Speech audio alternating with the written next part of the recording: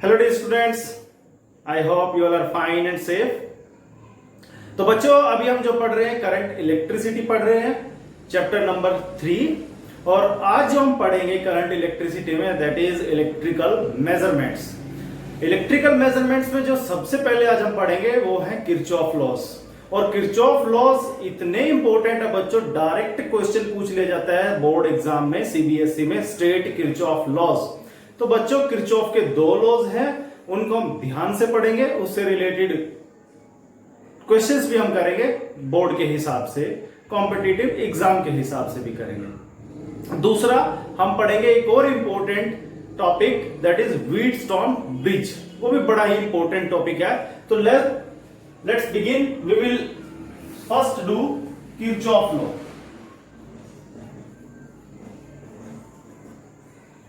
सबसे पहली बात क्या है बच्चों, यहां पर किरचॉफ लॉज में जो हमारा ओम्स लॉ है वो सिंपल सर्किट में हम लगा सकते हैं। ठीक है, किसी सर्किट में एक सेल है या एक बैटरी है, वहां लगा सकते हैं। अगर किसी सेल में सोर्स ऑफ ईएमएफ 2 या 2 से ज्यादा हो जाए तो वहां पर क्या है, ओम्स लॉ क्या थोड़ा यूज करना क्या हो जाएगा, टिपिकल हो जाता है वहां पर। तो हम वहां पे क्या यूज करते हैं, किरचॉफ लॉज यूज करते हैं। तो सबसे पहले जो लॉज है वो किरचॉफ का क्या है, first law, Kirchhoff's first law. The first law is also known as junction rule. आपको ये ध्यान रखना है, the first law is also known as junction rule. Junction rule भी बोलते हैं बच्चे इसको। दूसरी बात ये है क्या, उसको समझते हैं सबसे पहले, फिर इसकी थ्योरी लिखेंगे। मान लो हमारे पास बच्चों को ये सर्किट है, कोई इलेक्ट्रिक सर्किट है। मान लो यहां से 10 एम्पियर करंट आ रहा है, यहां से 5 एम्पियर करंट आ रहा है। What is current here? What is current here? तो जो किरचॉफ का जंक्शन रूल है वो क्या कहता है, the algebraic sum of current meeting at a point in an electric circuit is 0। किसी भी इलेक्ट्रिक सर्किट में कोई भी आपको जंक्शन दिखाई दे, वो जो जंक्शन हो गया ना, यहां से 3 वायर्स निकली हुई हैं, तो इस जंक्शन के ऊपर यहां पर इलेक्ट्रिक करंट क्या होगा, 0 होगा। यहां पे इलेक्ट्रिक करंट क्या होगा, 0। मतलब जितना करंट इस पॉइंट पे आया उतना ही क्या कर गया होगा, लीव कर गया होगा। तो इसके क्या बहुत सारे तरीकों से आप लिख सकते हो। तो क्या बोलता है फर्स्ट लॉ, द एल्जेब्रिक, आप इसको उतार ले, sum of electric current meeting at a junction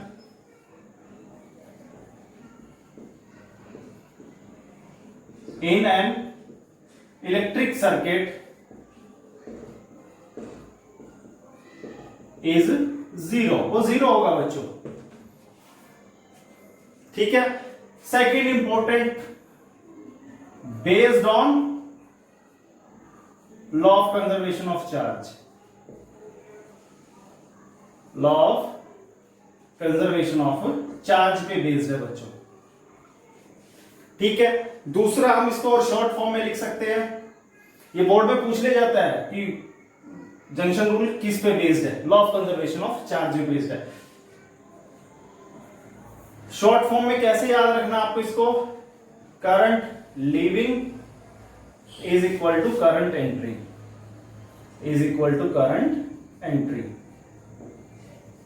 जितना करंट जंक्शन पे एंटर कर रहा है उतना ही क्या करेगा, लीव। ठीक है। तो सबसे पहले क्या करेंगे, इस कंसेप्ट से चलेंगे, पहले वाले से, the algebraic sum of current. आप इसको पॉज करके उतारे पहले, the algebraic sum of current meeting eight A junction in electric circuit is 0। यही क्वेश्चन देखते हैं हम। ठीक है। यहां पे जंक्शन पे कितना करंट एंटर हो रहा है बच्चों, 10, 5, 15 एंटर कर रहा है, तो लीव भी कितना करेगा, 15। तो ये आएगा 15। ठीक है। ये हमने कहां से निकाल दिया, current leaving is equal to current entering से। अब देखते हैं इसकी स्टेटमेंट से। अब हम क्या करेंगे, यहां पे करंट गोइंग टुवर्ड्स जंक्शन, आपको ये ध्यान रखना है, करंट गोइंग टुवर्ड्स जंक्शन को हम पॉजिटिव लेंगे। ठीक है। Current leaving the junction, junction को करंट जो लीव करेगा उसको हम मान लेंगे नेगेटिव। ठीक है। अगर करंट लीविंग और एंट्रिंग आप लगाओगे वो भी ठीक है। आप करंट कितना एंटर कर रहा है उसको जोड़ लो, वो किसके बराबर हो जाएगा बच्चों, करंट लीविंग के बराबर हो जाएगा। ठीक है, अब हम इससे चलेंगे। अब current going towards junction, junction की तरफ ही जा रहा है, दोनों का साइन पॉजिटिव हो जाएगा। 10 + 5 10 एम्पियर प्लस 5 एम्पियर। करंट को लीव कितना कर रहा है, आई, लीविंग वाले करंट को साइन देना है नेगेटिव। ठीक है, किरचॉफ का रूल क्या कहता है, the algebraic sum of current at junction क्या होता है, 0 = 0। दिस इंप्लाइज नेगेटिव आई, 10 + 5 15, उधर लेके जाएंगे नेगेटिव हो जाएगा। This implies I = 15 ampere. You can apply this in any way, whichever way you want, you can apply. Direct you can apply, or this method you can use. Both are same. Clear? Now we will move ahead and we will discuss Kirchhoff's second law. Kirchhoff's second law बड़ा important topic है बच्चों, बहुत important topic है second law.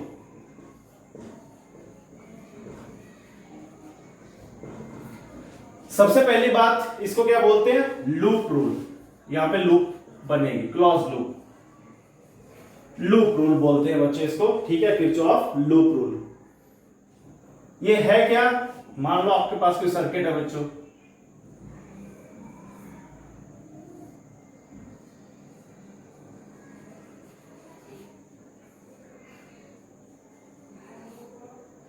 ये आपके पास कोई complex circuit आ गया। ठीक है, E1 EMF, E2 EMF, resistance R1 R2 ये R3, क्योंकि कॉम्प्लेक्स सर्किट आ गया। ठीक है, यहां पे ओम्स लॉ को नहीं लगा सकते।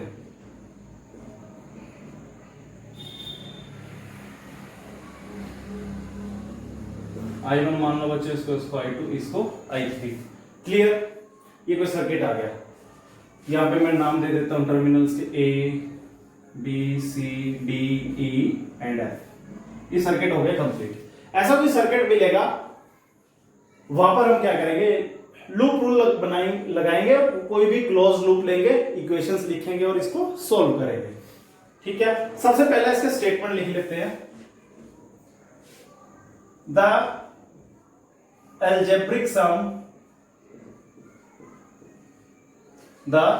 algebraic sum of EMF in any closed, सबसे पहली बात close loop is equal to the sum of product of resistances and current through them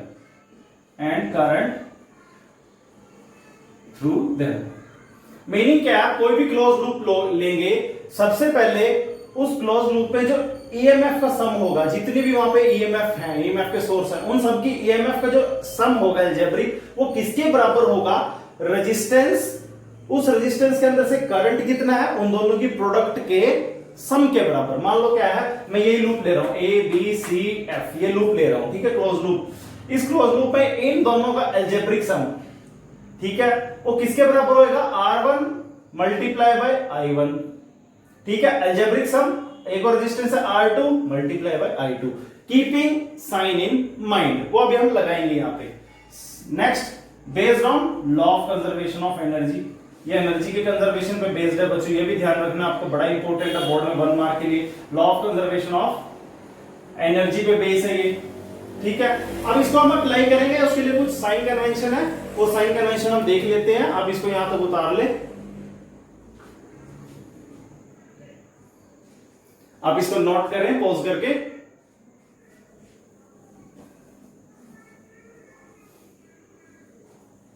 okay,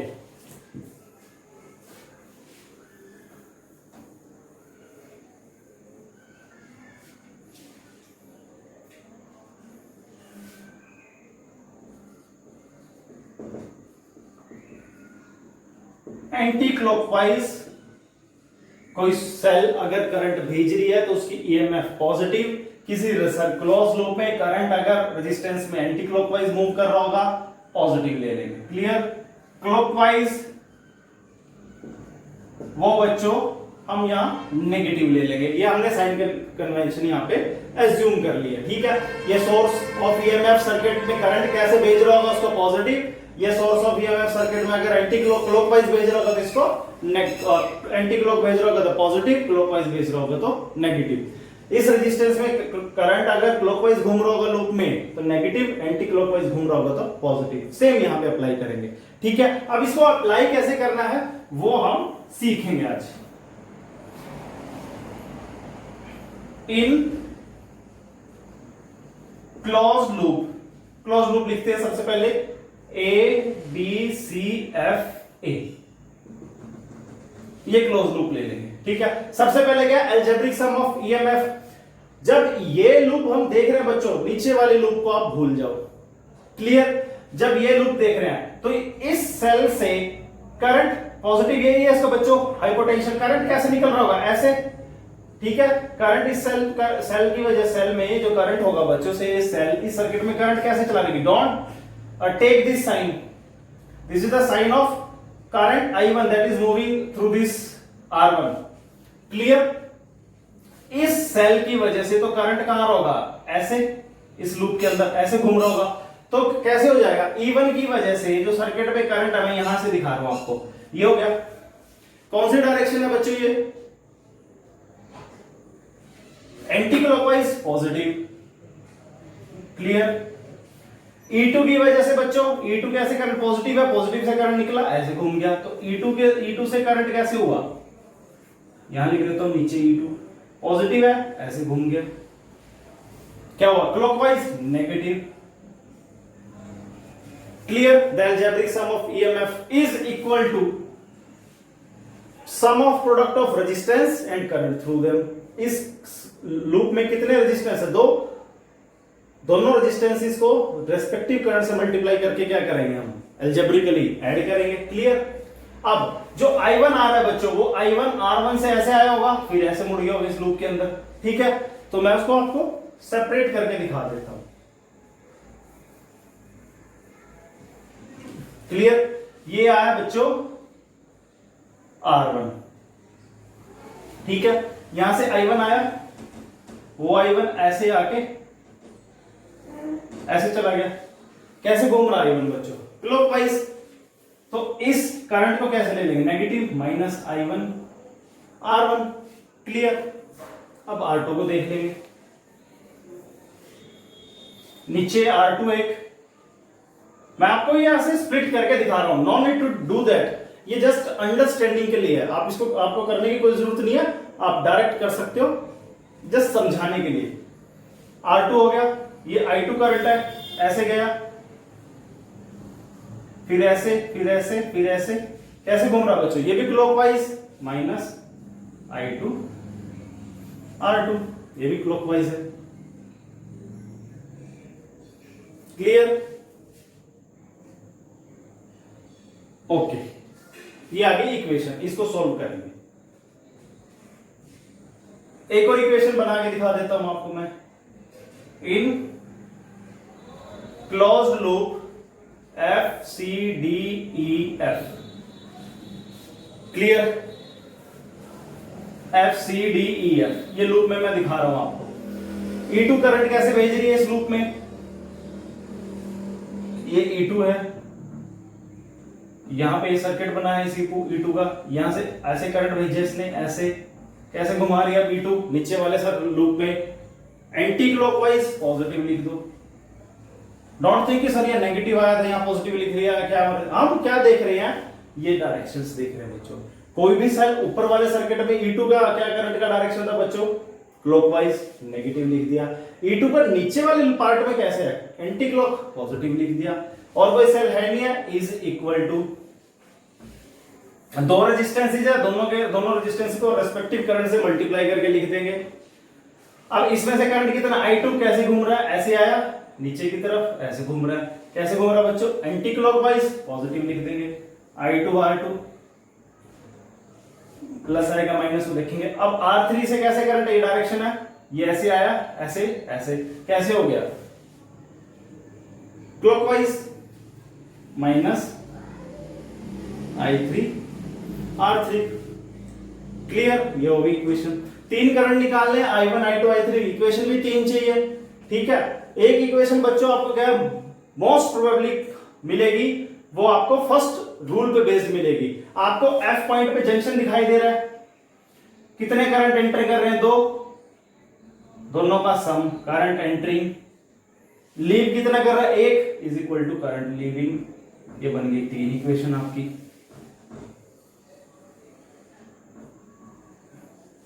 तीन इक्वेशन है, तीनों को सोल्व कर देंगे, I1 I2 I3 के आगे मिल जाएगा। तो बच्चों ये बहुत ही इंपॉर्टेंट टॉपिक है Kirchhoff law. I hope that is clear to you all. आप इसको पॉज करके उतार ले।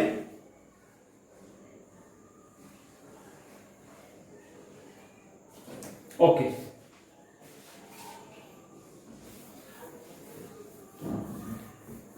इसको बच्चों अच्छे से समझे। बच्चों को सबसे ज्यादा प्रॉब्लम किरचॉफ के सेकंड रूल में रहते हैं। फर्स्ट को देख के तो ये लगता है कि किरचॉफ कुछ है ही नहीं है, सेकंड को देख के लगता है कि ये है क्यों है। ये बड़ी प्रॉब्लम रहती है बच्चों के साथ, ठीक है। अब नेक्स्ट हम पढ़ेंगे Wheatstone bridge. Wheatstone bridge, Wheatstone bridge. बच्चों व्हीटस्टोन ब्रिज क्या है?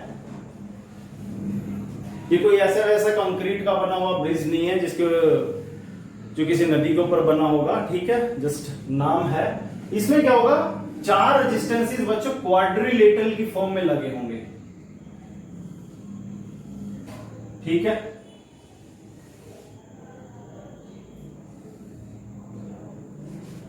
ये चार रेजिस्टेंसेस है, P Q। यहां एक मान लेंगे एक रेजिस्टेंस बॉक्स है, ठीक है। यहां पे सोर्स ऑफ ईएमएफ, क्लियर। यहां पे एक अननोन रेजिस्टेंस है X, clear. A point B C D। यहां पे एक की होगी, एक गैल्वेनोमीटर। गैल्वेनोमीटर क्या होता है, 10th में पढ़ा है, device to detect the current, ठीक है, not to measure, just to detect. ये हो गया हमारा Wheatstone bridge. In Wheatstone bridge, four resistances are arranged in the form of quadrilateral. P and Q are non-resistance. P and Q are non-resistance, termed as ratio arm. जो P and Q है non है, इनका नाम क्या है, ratio arm. Clear. R is the resistance box, X is the unknown resistance। R बच्चों क्या है, यहां पर रेजिस्टेंस बॉक्स है, X क्या है बच्चों, अननोन रेजिस्टेंस। ये कहानी है व्हीटस्टोन ब्रिज की। ये सोर्स ऑफ ईएमएफ है E, clear.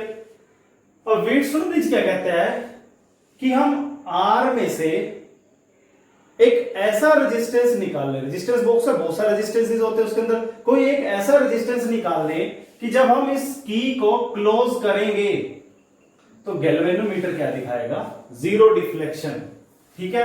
Here the value of R is so adjusted that current through galvanometer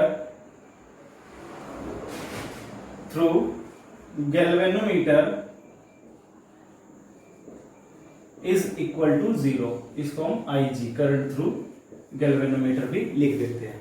अब इस गैल्वेनोमीटर से कोई करंट नहीं आ रहा, तो ये दोनों पॉइंट कहां चले जाएंगे बच्चों, मतलब कोई पोटेंशियल डिफरेंस नहीं है, तो दोनों पॉइंट बी और डी का पोटेंशियल क्या हो गया, same. Therefore potential at B is equal to क्या हो गया, पोटेंशियल एट डी, तभी करंट नहीं आएगा।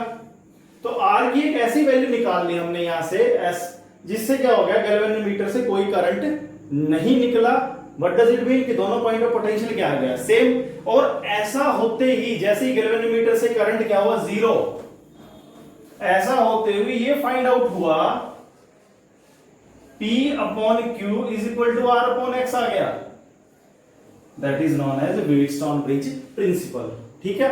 हमने क्या किया, R की एक ऐसी वैल्यू निकाल दी, वो निकलते ही इस आर्म से, BD आर्म से कोई करंट नहीं निकला, मीनिंग गैल्वेनोमीटर कहां पे आ गया, पॉइंटर उसको उठ के जीरो पे आ गया, ये गैल्वेनोमीटर था। आर के कन्वीनियंट वैल्यू आई, जैसे तुरंत गैल्वेनोमीटर का होंगे 0 मतलब कोई करंट नहीं है, करंट कब नहीं होगा जब दोनों पॉइंट का होंगे सेम पोटेंशियल, वो लिख दिया। और ये फाइंड आउट हुआ कि P बाय Q की value is equal to R by X है, that is known as Wheatstone bridge principle. आप इसको पॉज करके उतार ले। ओके, सो बच्चों we will finish up to this point in this discussion. In next discussion we will do problems based on this and proof of this Wheatstone bridge by using Kirchhoff laws. I hope that is clear to you all. Thank you very much.